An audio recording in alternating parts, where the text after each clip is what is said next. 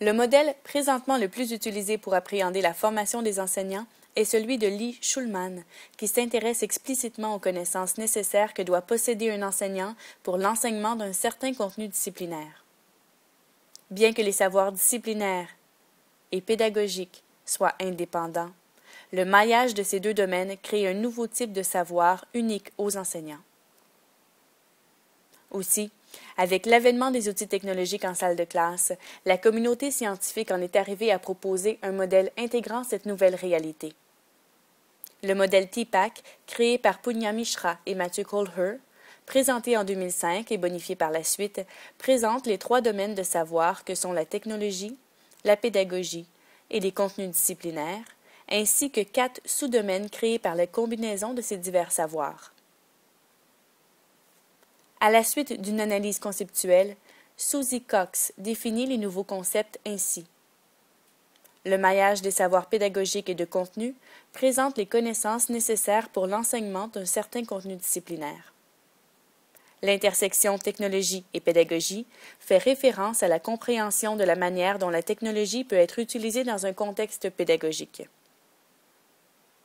Les savoirs de contenu disciplinaire, ajoutés aux savoirs technologiques, permettent à l'enseignant d'avoir des représentations de la manière dont le contenu disciplinaire peut être soutenu ou approfondi à l'aide de la technologie. Finalement, le centre de ce modèle TPACK présente les habilités à développer des expériences d'apprentissage signifiantes pour les élèves en intégrant une utilisation efficace de la technologie. Une étude récente, menée par Jason Habit, s'est intéressée à la relation possible entre les différents domaines de savoir et le sentiment d'efficacité personnelle au sujet de l'intégration des outils technologiques en classe. Albert Bandura avait défini ce concept dès 1997 en affirmant que les décisions pédagogiques prises par les enseignants sont influencées par leurs propres croyances en leurs capacités. Il appert que certains domaines de savoir dans le modèle TPACK ont davantage d'influence sur les croyances au sujet de l'intégration des outils technologiques. Alors que l'acquisition de nouveaux savoirs technologiques compte pour 18% dans la variance du sentiment d'efficacité personnelle, les savoirs maillés TPACK comptent approximativement pour 63% de cette variance. Aussi, cette recherche suggère que l'enseignement des savoirs technologiques seul est insuffisant pour augmenter le sentiment d'efficacité personnelle des futurs enseignants au sujet de l'intégration des outils technologiques en classe.